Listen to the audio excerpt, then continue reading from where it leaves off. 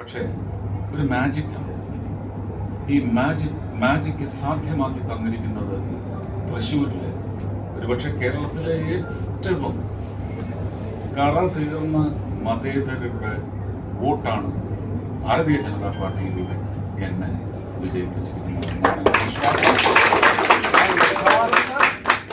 മതേതരത്വത്തെ ഞാൻ വണങ്ങും. ഒരു ജാതിയും അവർ നോക്കിയിട്ടില്ല, രാഷ്ട്രീയ പാർട്ടി ഏതാണെന്ന് പോലും അന്വേഷിച്ചിട്ടില്ല. ഇതെല്ലാം കുത്തിത്തിരിപ്പിലൂടെ അവരുടെ മനസ്സിനെ ഒന്ന് വ്യതിചലിപ്പിക്കുന്നതിന് വേണ്ടി ഒരുപാട് വളരെ നീചമായ പ്രവർത്തനങ്ങൾ അവിടെ നടന്നിട്ടുണ്ട്. ഒരുപക്ഷെ ഇതെല്ലാം അവസാനിപ്പിച്ച് പോകണം എന്നെ തോന്നിപ്പിക്കാൻ വേണ്ടി തന്നെ ആവണം എൻ്റെ ആത്മാവിനെ വരെ അവർ കുത്തിവലിച്ച് കീറാൻ ശ്രമിച്ചത്. പക്ഷെ ഇനി അതൊന്നും പറഞ്ഞ് ഒരു വിഷമത്തിൻ്റെയും ഒരു ലാഞ്ചന പോലും ഞാൻ അവതരിപ്പിക്കാൻ പാടില്ല. അവർക്കുള്ള മറുപടിയായി ഈശ്വരൻ എന്നെ അനുഗ്രഹിച്ചിട്ടുണ്ട്. മാത്രം ഉള്ള പ്രാർത്ഥനയോടെ ഞാൻ എൻ്റെ നേതാക്കന്മാരോട് നല്ല അനുസരണയുള്ള ഒരു പ്രവർത്തകനായിരിക്കും, ഒരു MP എന്നതിലുപരി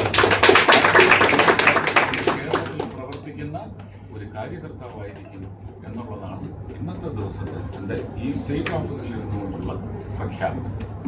ഇനി ഒരു ദിവസങ്ങൾ കൂടുതൽ കാര്യങ്ങൾ അത് നിങ്ങളുടെ അന്വേഷണമാണെങ്കിൽ അതിന് ഉത്തരമെന്ന നിലയ്ക്ക് എനിക്ക് തരാൻ സാധിക്കട്ടെ.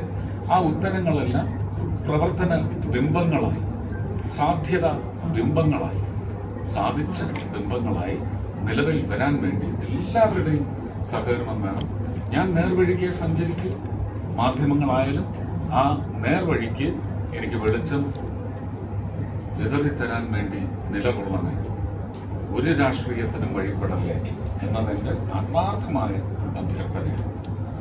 ഈ വിജയത്തിന് വേണ്ടി പ്രവർത്തിച്ച് മാധ്യമ ശൃംഖല ഒരുപാട് വിഷമങ്ങളൊക്കെ ഉണ്ടാക്കിയെങ്കിലും അതൊക്കെ എനിക്ക് ഗുണകരമായി ഭവിച്ചു എന്നുള്ളതാണ്.